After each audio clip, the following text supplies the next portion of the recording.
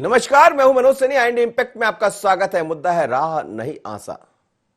दरअसल भारतीय जनता पार्टी में अब सब कुछ पार्टी विद डिफरेंट नजर आ रहा है और इस डिफरेंट के चक्कर में कई नेता पुत्र अपना दांव भविष्य खोज रहे हैं। भारतीय जनता पार्टी के भीतर उनके परिजन भी खोज रहे होंगे कि शायद हमारे नेता को, हमारे बेटा को मौका मिलेगा।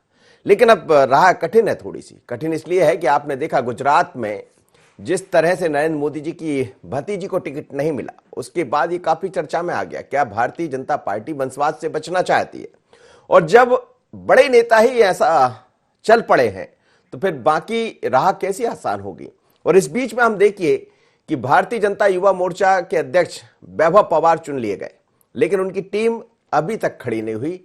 वजह यही है कि उनको टीम के साथ कई सारे युवाओं को जोड़ना है, अलग अलग पद पर करना है। लेकिन ऐसा लगता है कि उनके ऊपर भी दबाव होगा, उन पर भी कई बार फोन आ रहे होंगे कि हमारे बेटे को जगह दे दीजिए। अब उसमें लंबी फहरिस्त है। कार्तिकेय चौहान भी दिखाई दे रहे हैं। वो लगातार सियासी बल्लेबाजी कर रहे हैं, मैदान पर क्रिकेट खिला रहे हैं। कभी कबड्डी होती, कभी क्रिकेट होती। महाआर्यमन अपने तरीके से लगे। सुकन्य मिश्रा भारतीय जनता पार्टी की तरफ से दतिया और आसपास के क्षेत्रों में काफी सक्रिय देखे जा रहे हैं। इसी तरह अभिषेक भार्गव की बात करें तो वो भी अपने क्षेत्र में सक्रिय है। और ऐसे तमाम नेता है जो अपने पुत्रों को आगे तो लाना चाहते हैं, लेकिन नेता पुत्रों के सामने दिक्कत यही है कि वो नेता के पुत्र हैं। पर सामान्य तौर पर यह कहा जाता है कि अफसर का बेटा अफसर बन जाए तो कोई बड़ी बात नहीं, नेता का बेटा नेता बने तो वंशवाद आ जाता है। और ये तो कांग्रेस में खूब चर्चा का विषय बना रहा है। लेकिन अब भारतीय जनता पार्टी इससे बचना चाह रही, और यही यदि बच पाए तो समझ आएगा। क्योंकि जब भारतीय जनता पार्टी की नई टीम बीडी शर्मा की घोषित हुई तो इसमें समझ भी आया कि अब बीजेपी अलग राह पर चल पड़ी, और जब अलग राह पर चलेगी तो फिर राह आसान नहीं होगी। चलिए, मेरे साथ इस वक्त संदीप मिश्रा जुड़ रहे हैं। संदीप मिश्रा से बात कर लेते हैं। संदीप, क्या कहेंगे? राह नहीं आसान? बिल्कुल, राह तो आसान नहीं है, लेकिन अगर हम बात करें तो यहाँ पर जैसे भी आप बोल रहे थे वो भी, उसमें भी कोई परहेज नहीं है। क्योंकि अगर हम नेताओं की बात करें, क्योंकि आम एक किसी भी अधिकारी के, एक डॉक्टर का लड़का डॉक्टर बनता है, किसी इंजीनियर का लड़का इंजीनियर बनता है, एक सालों पुरानी परंपरा रही है। हर व्यक्ति, हर बाप अपने पुत्र को एक अच्छी पोजीशन में देखना चाहता है। वही चीज पॉलिटिक्स में भी देखने को मिल रही है। हालांकि ये परंपरा आमतौर पर कांग्रेस में देखने को मिला करती थी, लेकिन जिस तरह से भारतीय जनता पार्टी में भी युवा चेहरों की एक बड़ी खेप देखने को मिल रही है। पुराने स्थापित नेताओं के अब जो बच्चे हैं, लड़के हैं, वो कहीं ना कहीं अब युवा हो चुके हैं, और उनका भी रुझान, क्योंकि जब उनके खून में ही कहीं ना कहीं राजनीति हो जाती है, तो अब वो तैयार हो चुके हैं। कहीं ना कहीं वो भी अपने पिता की विरासत को संभालना चाहते हैं। तो ये अब कहीं ना कहीं उनके पिता पर एक दबाव बन रहा है। अब वो भी चाहते हैं कि हमारा बेटा भी हमारी विरासत संभाले। तो इन चीजों को लेकर के भी अब कहीं ना कहीं कसमकस का दौर देखने को मिल रहा है। और भाजपा में अगर जिस तरह से भी आपने कही, तो एक लंबी खेप है। मुख्यमंत्री शिवराज सिंह चौहान से लेकर के हम बात करें ज्योतिरादित्य सिंधिया, गोपाल भार्गव को ले सकते हैं, गृहमंत्री डॉक्टर नरोत्तम मिश्रा, सभी के बच्चे कहीं ना कहीं तैयार हो चुके हैं, युवा हो चुके हैं, और पॉलिटिक्स में कहीं ना कहीं अपना दमखम भी दिखाने लगे हैं। तो इसलिए कहीं ना कहीं कसमकस की स्थिति तो बनी हुई है। जी जी, चलिए, राकेश शर्मा मेरे साथ जुड़ गए, भारतीय जनता पार्टी के प्रवक्ता है। साथ ही कुणाल चौधरी जी है, कांग्रेस के विधायक। आप दोनों मेहमानों का बहुत स्वागत है। राकेश जी, क्या राह नहीं आसान? क्योंकि भारतीय जनता पार्टी हमेशा पार्टी विद डिफरेंट की बात करती है, और ये दिखाई भी दे रहा है। बीडी शर्मा जी ने अपनी टीम घोषित की तो उसमें ऐसा कुछ दिखा नहीं। और अब जब युवा मोर्चा की टीम लंबे समय से घोषित हो जाना चाहिए, क्योंकि अध्यक्ष तो बन गए लेकिन टीम का पता नहीं। और ये पहली बार है कि अध्यक्ष अकेले चुने गए हैं, अध्यक्ष अकेले ये कहा जाए कि उनका चयन हुआ है। पर सवाल यही कि बाकी लोग कब, और यदि कब होंगे तो फिर लंबी फहरिस्त दिखाई दे रही युवा नेताओं की, वो भी बड़े नेताओं के बेटे। देखिए मनोज जी, मैं निश्चित रूप से आपके चैनल पे इस बात को कह सकता हूं कि जल्दी युवा मोर्चा, महिला मोर्चा, अनुसूचित जाति मोर्चा और अनुसूचित जनजाति मोर्चा, पिछड़ा वर्ग मोर्चा, इन सब की कार्यकारिणी आपको जल्दी दिखाई देगी। बात जो निकल के आ रही है नेता पुत्र वाली, तो मैं एक बात आपके सामने स्पष्ट करना चाहता हूं कि भारतीय जनता पार्टी में जो कार्यकर्ता जमीनी स्तर पर काम करता है, लगातार लंबे समय तक काम करता है, उसी को पार्टी मौका देती है। भारतीय जनता पार्टी में ये कभी नहीं देखा जाता कि कौन किसका पुत्र है, कौन किसका बेटा है, कौन कहाँ क्या कर रहा है। पार्टी के लिए जो लोग काम करते हैं वो लगातार काम करते हैं जमीनी स्तर पे, उनको पार्टी मौका देती है। ना अमीरी देखी जाती है ना गरीबी देखी जाती है। यहाँ पार्टी के लिए जो काम करते हैं, मेहनत करते हैं, उनको मौका दिया जाता है। अब आप थोड़ी देर बाद कहेंगे कि कार्तिकेय चौहान की लॉन्चिंग हो रही है, तो मैं आपको बताना चाहूंगा कि कार्तिकेय चौहान लगातार एबीपी में काम किया उनने, विद्यार्थी परिषद में, उसके बाद अब युवा मोर्चे में लगातार कई समय से मेहनत कर रहे हैं और जमीनी स्तर पर जनता के बीच काम कर रहे हैं। मुझे लगता है कि दो तरह की बात जिसका भारतीय जनता पार्टी शुरू से विरोध करती है, एक तो ऊपर स्तर से एकदम स्काई लॉन्चिंग हो जाए जी। या दूसरा जो वंशवाद है। उसके मैं दो उदाहरण आपको देना चाहूंगा। मध्य प्रदेश में दिग्विजय सिंह जी के सुपुत्र अमेरिका में पढ़ते थे और जैसे ही अमेरिका से भारत आते हैं, उनको विधायक का चुनाव लड़ाया जाता है कांग्रेस पार्टी से, उसके बाद मंत्री बनाया जाता है। लक्ष्मण सिंह जैसे वरिष्ठ नेताओं को दरकिनार कर कर उनको मंत्री बनाया जाता है। फिर उसके बाद नकुलनाथ जी जो बिजनेस कर रहे थे, लंबे समय तक राजनीति में कहीं सक्रिय नहीं थे, सीधे सांसद का चुनाव लड़ाया जाता है। मुझे लगता है उसके बाद जब तुलना की जाएगी तो दीपक जोशी और विश्वास सारंग जी की तुलना की जाएगी, तो मैं बताना चाहूंगा कि दीपक जोशी जी एबीपी में लगातार लंबे समय तक काम करते रहे, युवा मोर्चे में काम करते रहे, पार्टी में लंबे समय तक काम करते रहे।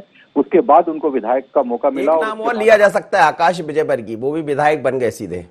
नहीं, देखिए आकाश विजयवर्गीय का ट्रैक रिकॉर्ड आप अपने इंदौर के संवाददाता से बुलाइए, वो बहुत लंबे समय तक पार्टी में काम कर रहे थे। उसके बाद युवा मोर्चे में पदाधिकारी रहे। इंदौर में रहा हूं तो मैंने बहुत अच्छे से देखा है राकेश जी। नहीं, मैं मनोज जी, मेरा एक निवेदन है। जी, जी। मैं जिस बात को कहना चाहता हूँ, वंशवाद का पार्टी अगर विरोध करती है तो उसका साक्षात उदाहरण ये है कि नेहरू जी के बाद इंदिरा गांधी, इंदिरा गांधी के बाद राजीव गांधी, राजीव गांधी के बाद सोनिया गांधी, सोनिया गांधी के बाद राहुल गांधी, राहुल गांधी के बाद प्रियंका गांधी। ये वंशवाद होता है। कोई कार्यकर्ता अगर लंबे समय तक काम कर रहा है जमीनी स्तर पर, तो सिर्फ उसको इसलिए नहीं नकारा जाएगा कि उसके पिता भी उस क्षेत्र में काम कर रहे हैं। चलिए आप बने रहे, कुणाल चौधरी से जवाब ले। कुणाल जी, आपका स्वागत है। क्या कहेंगे, भारतीय जनता पार्टी युवा मोर्चा के अध्यक्ष तो बन गए पर टीम सामने नहीं आई। बीडी शर्मा ने अपनी टीम घोषित की पर नेता पुत्रों को जगह नहीं मिली।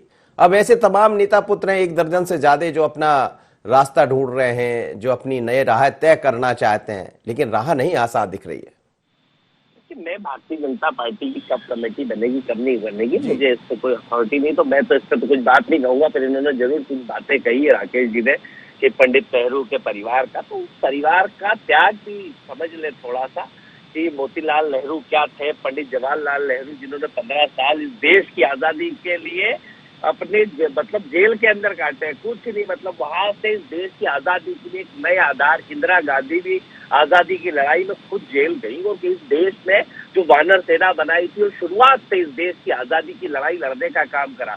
नेहरू जी का बात करें, इंदिरा जी की बात करें, राजीव गांधी जी की बात करें, सब ने जिस देश के लिए जाने दिए, इंदिरा गांधी, राजीव गांधी जी ने अपने शरीर के कच्चे उड़ा लिए। उसके बाद भी जिस तरह के उनके शब्दों का चयन है, मुझे लगता है दुख होता है कि जो लोग इस देश को बेच रहे हैं, मतलब एक भी नई चीज बनाई तो है नहीं, जो बनाया है पंडित जवाहरलाल नेहरू, इंदिरा गांधी, लाल बहादुर शास्त्री, यहाँ पे मनमोहन सिंह जी, राजीव गांधी जी, उन्होंने जो बनाया उसको बेच बेच के देश को चला रहे हैं और अपने जेबें भरने का काम करो। उनके ऊपर वंशवाद, उनके ऊपर मुझे लगता है कि जिसमें काबिलियत है वो व्यक्ति राजनीति कर रहा है। राहुल गांधी इस देश की राजनीति में सबसे सक्रिय नेता जो हिंदुस्तान में अगर सबसे ज्यादा कोई घूमे है वो राहुल गांधी जी। अगर ये इनको थोड़ा ट्रैक रिकॉर्ड निकालेंगे और समझेंगे तो इन्हें समझ में आएगा, ना तो सत्ता के अंदर कभी रहे ना, और हमेशा संगठन के लिए संघर्ष करने वाला नेता कौन होता है, तो राहुल गांधी से सीखना चाहिए। इस देश के मौलिक अधिकारों की कोई बात कर रहा है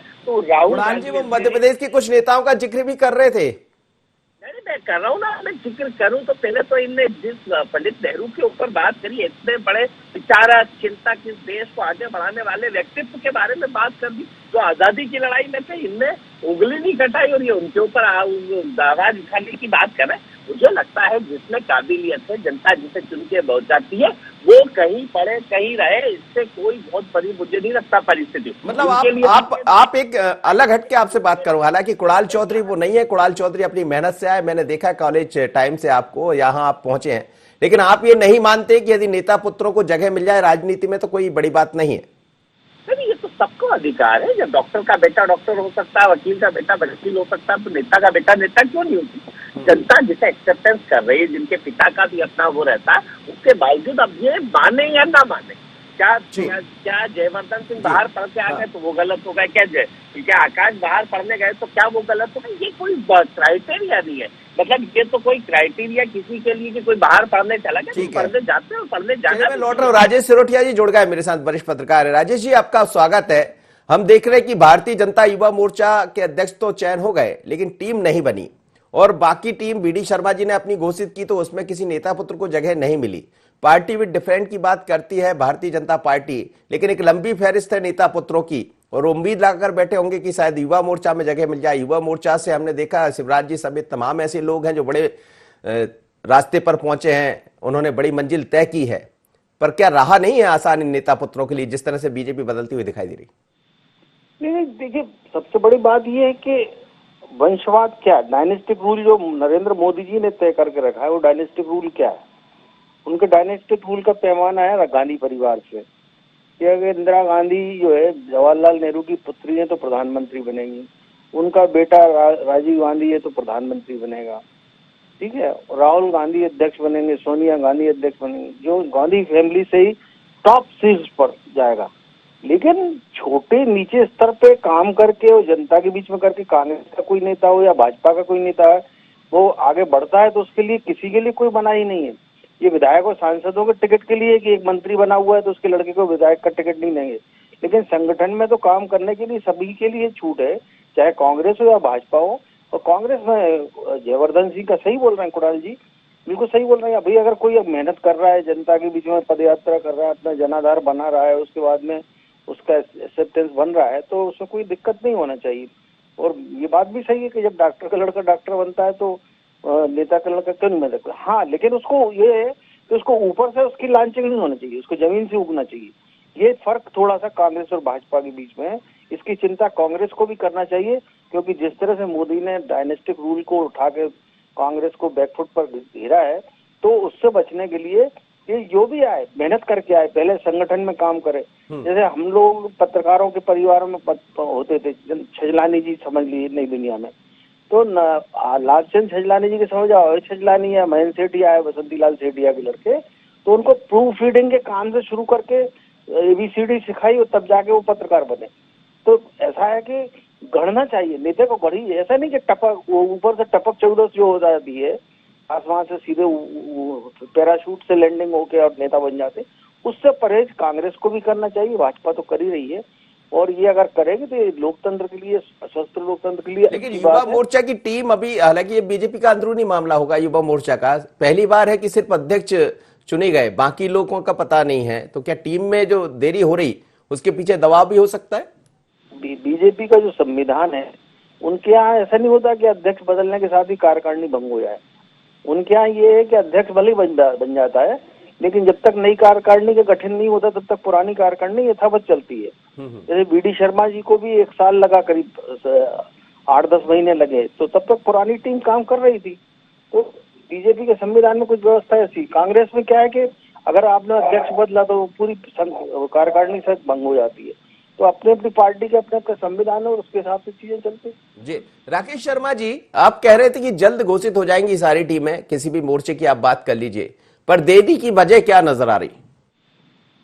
देखिए, मुझे तो आश्चर्य मनोज जी इस बात पर होता है कि भारतीय जनता पार्टी में तो लगातार पद दिए जा रहे हैं, लोगों को मौका दिया जा रहा है, लोग काम कर रहे हैं, पर आप बताइए कि पिछले 8 महीने से लगातार मैं सुन रहा हूं कि कमलनाथ जी को हटाकर बाला बच्चन जी को अध्यक्ष बनाया जाएगा, उसके बाद नेता प्रतिपक्ष के पद से हटाकर गोविंद सिंह को नेता प्रतिपक्ष बनाया जाएगा, उसके बाद रोज कांग्रेस पार्टी में नियुक्ति होती है और रोज अखबारों में हम पढ़ते हैं कि पूरी कांग्रेस पार्टी के जितने वो है मोर्चे प्रकोष्ठ सबको भंग कर नई सिरे से किया जाएगा। तो ये जो अंदरूनी लड़ाई है कांग्रेस पार्टी में हो रही है। अभी कुछ दिन पहले ही वैभव पवार जी की नियुक्ति हुई है, जल्दी वो मंथन करके प्रदेश का दौरा करके पूरे पार्टी नेतृत्व से बात कर संगठन में निचले स्तर से जिलाध्यक्ष से बात कर उसके बाद कार्यकारिणी डिक्लेयर करते हैं। हमारे यहाँ कोई एक सीओ जैसा नहीं है कि कमलनाथ जी ने तय कर लिया कि आज ये रहेंगे कल ये नहीं रहेंगे। हमारे यहाँ पूरा पार्टी है और उसमें पूरा परिवार की तरह एक है और सब जगह बैठ लेकिन कुणाल जी कुछ सवाल उठा रहे थे, आपने सुन लिया होगा, उन्होंने राहुल गांधी का जिक्र भी किया, गांधी परिवार का बताया कि उन्होंने तो अपनी सब कुछ कुर्बानी दी है इस देश के लिए। बहुत अच्छा लगा कि मेरे विद्वान साथी कुणाल चौधरी जी ने 15 मिनट तक कांग्रेस गांधी परिवार का यशगान गाया और वो गांधी परिवार से बाहर निकल नहीं पाए, क्योंकि 24 घंटे इनको एक सीख दी जाती है कि ना खाता और ना भाई, जो गांधी परिवार का है वही कांग्रेस में सही। जो एक प्राइवेट लिमिटेड गांधी परिवार की कांग्रेस पार्टी बन गई है, जेब की पार्टी बन गई, उसका उदाहरण मैं देना चाहूंगा कि 17 साल तक सोनिया गांधी राष्ट्रीय अध्यक्ष रहती हैं कांग्रेस पार्टी की, और जिस दिन उनकी तबियत खराब होती है तो राहुल गांधी को अध्यक्ष बनाया जाता है। इस बीच भारतीय जनता पार्टी के 6 नए अध्यक्ष नियुक्त हो जाते हैं और आज जेपी नड्डा जी अध्यक्ष हैं। उनको ये नहीं मालूम कि कल भारतीय जनता पार्टी का कौन अध्यक्ष बनेगा और कौन व्यक्ति इस पद को सुशोभित करेगा।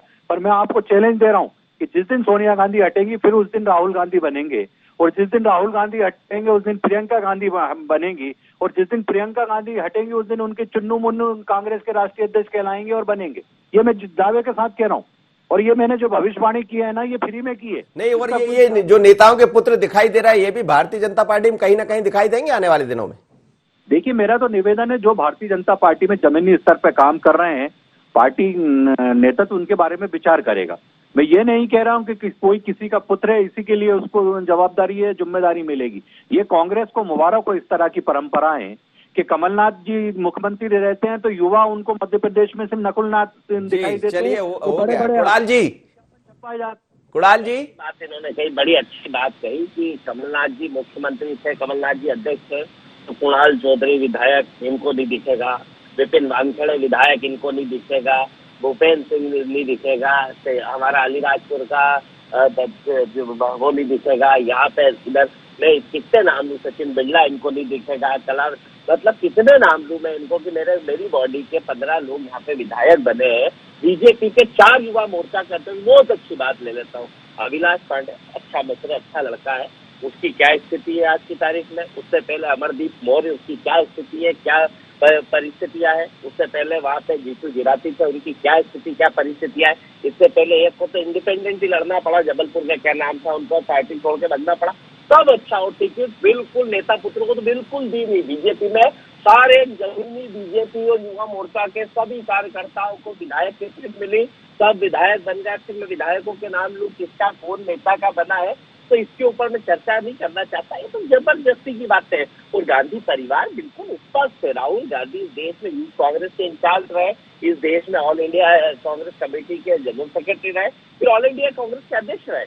जवाबदारी लेकर वो हमारे नेता, इनको क्या तकलीफ होती है। राहुल गांधी देश में किसानों की बात करते हैं, इसलिए तकलीफ होती है कि 100 रुपये पेट्रोल पहुंचा दिया आपने, इसलिए जनता का, मोदी जी का काम क्या होना चाहिए, देश की जनता को राहत कैसे मिले।